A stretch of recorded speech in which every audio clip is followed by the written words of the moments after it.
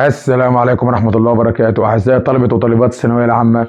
النهاردة بتكلم طلبة سنة تانية ثانوي وتراكمي الصف الثالث الثانوي. يلا نشوف النهاردة حاجة اسمها الستيتيف فيربس، ويعرف يعني إيه الستيتيف فيربس وهي أفعال الحالة. يبقى ستيتيف فيربس أفعال الحالة. إيه هي أفعال الحالة؟ هي أفعال ما ينفعش أحط لها أي إن جي، هي افعال متاحه في كل الازمنه ما عدا الزمن اللي هينتهي بكلمه مستمر. يعني متاحه في كل الازمنه ما عدا ماضي مستمر، مضارع مستمر، ماضي تام مستمر، مضارع تام مستمر، مستقبل مستمر. يبقى اي زمن اخره كلمه مستمر ما ينفعش احط له الاستيتيف فيربس اللي هي افعال الحاله. يبقى الافعال الحاله هي الافعال اللي ما ينفعش احط لها اي ان جي. افعال الحاله كل الازمنه متاحه ليها ما عدا الازمنه اللي بتنتهي باي ان جي. ما هي اكثر الازمنه استخداما وشيوعا مع افعال الحاله؟ هي خاصه المضارع البسيط والماضي البسيط. يبقى انا زي ما كاتب لك كده اي ان جي لا، كل الازمنه متاحه ايوه صح. ايه اكثر الازمنه استخداما وشيوعا؟ وهي المضارع البسيط، الماضي البسيط سواء كان مثبت او منفي. طبعا المضارع البسيط انت عارفه التصريف الاول للفعل باضافه اس او اي اس او اي اي اس مع المفرد والمصدر مع الجمع. والمضارع البسيط منفيه بدونت وبدازنت. وسواء كان نفي او كان اثبات، نركز في الحته اللي انا اقولها لك، سواء كان نفي او اثبات الفاعل المفرد في الاثبات والفاعل المفرد في النفي بيحب حاجه جواها اس. طيب في الجمع، الجمع يحب الفعل في المصدر، فلما اجي انفيه هنفيه بدونت، ولما اجي اثبته هيبقى الفعل في المصدر فعل بدون اي اضافات. اما الماضي البسيط التصريف الثاني للفعل باضافه دي او اي دي او اي اي دي او التصريف الثاني من الافعال الشاذه. اما بحب انفي الماضي البسيط بنفيه بديدنت زائد المصدر، والمصدر فعل بدون اي اضافات. يبقى انا بفكرك بالمضارع البسيط سواء كان اثبات او نفي، والماضي البسيط. ايه هي انواع افعال الحاله او النوع؟ افعال الشك واليقين: think, expect, predict, hope, believe, understand, know.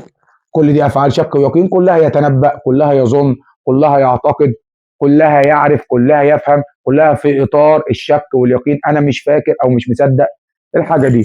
افعال الحواس: smell, touch, hear, see, taste. افعال الحواس وانت عارف معناها: يتذوق ويرى ويسمع ويشم ويلمس. افعال الملكيه: have own يمتلك، measure يقيس، belong ينتمي ويزن. افعال العاطفه والشعور: love, like, dislike, hate. ده بعض افعال الحاله اللي ما ينفعش احط لها اي ان جي، اللي كل الازمنه متاحه ليها ما عدا الازمنه التي تنتهي في كلمه مستمر. تعال نشوف الاكسبشن بتاع القاعده او استثناءات القاعده. في بعض افعال الحاله بتتحول الى افعال حركه. يبقى افعال الحاله اللي هي الستيتيف فيربس بتتحول تبقى اكشن فيربس، عشان احيانا بيسالك. يبقى لما تيجي بعض افعال الحاله احيانا بتتحول لافعال اكشن، افعال حركه. زي هاف لو بمعنى يمتلك ما احطلهاش اي ان جي. هاف لو بمعنى يتناول او ياخذ او يقضي وقت احط لها الاي ان جي. تيست بمعنى يتذوق احط لها الاي ان جي. تيست بمعنى مذاق ما احطلهاش اي ان جي. فيرب تو بي اللي بمعنى يكون لو يعبر عن صفه دائمه ما احطلوش اي ان جي، يبقى تصريفات عاديه: الام والاز والار اللي بمعنى يكون. طيب لو صفه مؤقته احط لها اي ان جي، يبقى بين بمعنى يكون، يجي في المضارع المستمر او الماضي المستمر. think بمعنى يفكر فيه احط له الاي ان جي. think بمعنى يعتقد او يظن ما احطش الاي ان جي. طبعا في افعال تانية، في افعال تانية. طب انا بميزها لك ازاي؟ لو الفعل جيب معناه الاساسي ما احطلوش اي ان جي، لو اتغير معناه 90% بحط له اي ان جي. ما انت عارف سينك بمعنى يعتقد او يظن، فده المعنى الاساسي ما احطلوش اي ان جي. طب معنى يفكر فيه اتغير معناه حط له اي ان جي. طب ما انت عارف انها بمعنى يمتلك او لديه او عنده، كده اتغير معناه ما اتغيرش معناه. ده ما اتغيرش معناه زي ما انت بتقول ما احطلوش اي ان جي. طب لو اتغير معناه اللي هو بقى معنى يقضي او يتناول او ياخذ، احط له اي ان جي. يبقى انت لو انت الفعل جيب المعنى المختلف اللي انت مش عارفه، احط له اي ان جي. ما انت عارف ان تيست المذاق بتاع الشيء، طب ما انا بقى اللي هتذوق، يبقى خلاص احط له اي ان جي. فانت برضو بتحاول تميزها عشان ما تتلخبطش. يبقى الافعال اللي مش هحط لها اي ان جي الازمنه المتاحه ليها كل الازمنه، وخاصه المضارع البسيط باثباته ونفيه، او الماضي البسيط باثباته ونفيه.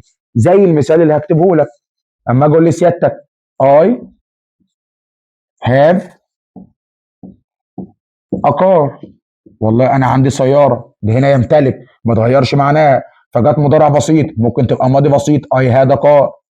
طب لما اقول انا بقضي وقت كويس، اقول I am having a good time، انا قاعد عمال اقضي وقت كويس.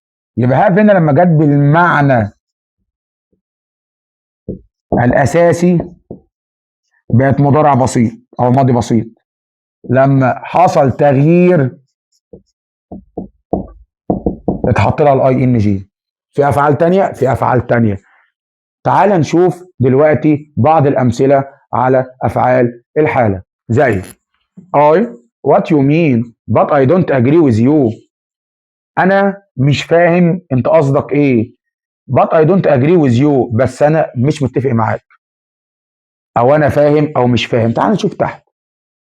understand انت عارف اللي هي من افعال الحاله اللي بتنطبق او بتندرج تحت بند افعال الشك واليقين. يبقى كده understand وهي مش من استثناءات القاعده زي ما انت بتقول، يبقى ما ينفعش احط لها اي ان جي. يبقى understanding دي غلط، understanding دي غلط، understanding دي غلط. يبقى اللي فاضل لتر دي من غير ما ترجم، هي understand لا من استثناءات القاعده ولا ينفع احط لها اي ان جي. يبقى افعال حاله يبقى متاح لها مضارع بسيط باثبات او نفي، او ماضي بسيط اثبات او نفي. تعال نشوف المثال الثاني. look the sauce delicious، وعايز يقول ان الصوص طعمه او مذاقه لذيذ. الصوص ده طعمه او مذاقه لذيذ. طيب انا قلت لك تعال نشوف تيست بمعنى يتذوق او مذاق. هي دلوقتي من افعال الحاله ومن الاكسبشن بتاع افعال الحاله. يعني هي من افعال الحاله اللي ما ينفعش احط لها اي ان جي، ومن الاستثناء بتاع القاعده احط لها اي ان جي. طب هو هنا الصوص ده هيتذوق نفسه، او الصوص ده يتذوق نفسه، ولا المذاق بتاعه؟ ايوه زي ما انت بتقول المذاق بتاعه. يبقى كده هو فعل حاله ولا فعل حركه؟ ايوه فعل حاله زي ما انت بتقول. يبقى كده ما ينفعش احط له اي ان جي، يبقى احط له مضارع بسيط او ماضي بسيط. فهتبقى تيستنج، لا هو كده ما بقاش فعل حاله، ده بقى فعل حركه. وتيستنج مش هتنفع لانه بقى فعل حركه مش فعل حاله. يفضل عندي تيستس ودونت تيست. طب هو الصوص ده مفرد ولا جمع؟ مفرد، ده من اطعمه، والاطعمه من الاسماء التي لا تعد. يبقى دونت بتاع الجمع، يبقى تفضل زي ما انت بتقول ايوه كده تيستس مظاهر. انت بتحلها بفهمك للقاعده وبمعرفتك لمعنى الجمله. طب تعالى نشوف الجمله اللي بعديها. we that honest is important in life، ما هي believe هي قاعده think، believe هي قاعده think. الاثنين يعتقد او يظن، يبقى ما احط لهمش اي ان جي. يفكر فيها احط لهم اي ان جي. طب تعالى نشوف. هو honesty الامانه او الصدق بيكون مهمه في الحياه. يبقى اقول هو يفكر ان الصدق والامانه، لا يبقى هو كده يعتقد. يبقى كده هو عايزها فعل حاله، لان كده ما اتغيرش معناها، كده جت بالمعنى الاساسي. يبقى دام جت بالمعنى الاساسي ما احطلهاش اي ان جي. يبقى هاب بين بليفنج غلط، ار بليفنج غلط، لان الاثنين دول كده افعال حركه، معنى ما اتغيرش. ومش عايزها بمعنى يفكر، هو عايزها بمعنى يعتقد او يظن. يبقى الاثنين دول كده غلط. يفضل عندي بليف صح، يعني ده مضارع بسيط. يفضل عندي بليف صح، الماضي بسيط. طب لما الاثنين يكونوا صح ارجع للتنس بتاع الجمله، ارجع للزمن الجمله.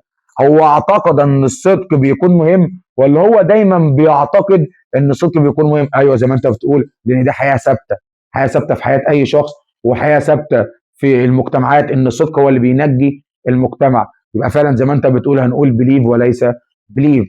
والسلام عليكم ورحمه الله وبركاته.